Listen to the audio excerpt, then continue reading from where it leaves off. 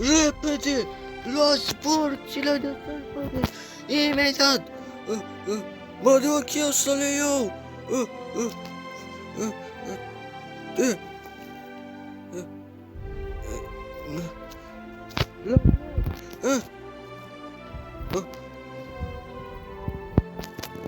Tăte!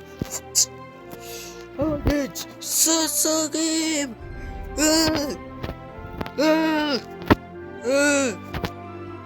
Visiem! Geronimo! Voi acasă! Stați, vrăsavi!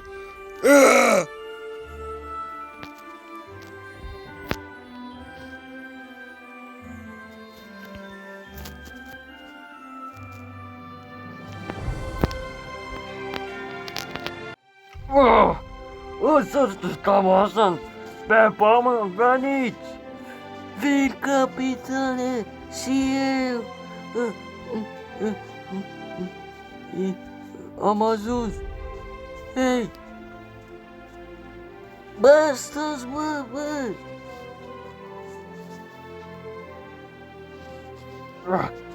E posibil! Nu vine să cred ochilor! E insula aceea! Stai! Ce insulă? Da, ce insulă? Da, chiar! Ce insulă? Ce insulă? Da, chiar, ce insulă? Hei, da, chiar, ce insulă? Bă, vă explic în curând. Dar întâi avem mâncare, avem în sfârșit o comadă pentru noi toți. Avem măcar o casă. Hei, nu ne face să uităm. Dar nu vă fac. Vă spun doar adevăr. Atunci spune ce insulă, da chiar, da. Hai, spune, da. Bine. E insula aceea care se întâmplă, unde trăiește un monstru. Stai, un monstru? Ce? Poftim? Cum? Imposibil, nu vine să cred. Da, acea insulă. Să știți că sunt multe comuni. Da, chiar sunt multe. Da, deci trebuie să supraviețuim. Deci, da, să începem supraviețuirea. Gata cu întrebările. Bine.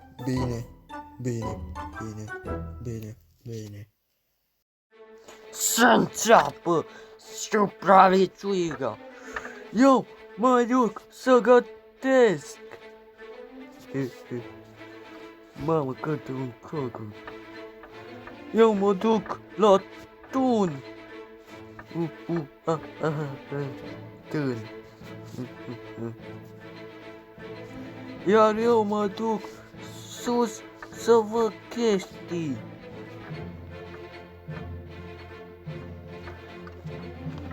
Iar eu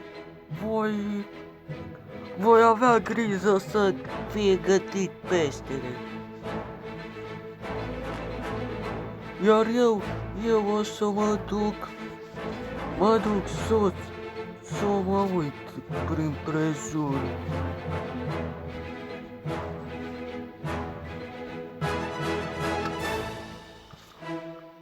Iar eu, bună dimineața, Mateus, bună dimineața, capitane, neața, capitane, bună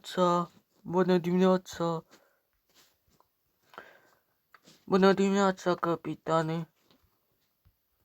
Mă bucur, cine are chef să se ducă să exploreze.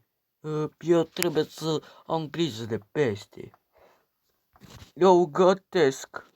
Eu stau la tun. Și eu trebuie să mă uit pe binoclu. Eu am treabă, trebuie să agăț hainele. Deci ai rămas decât tu. Ce? Haide! Bine, mă duc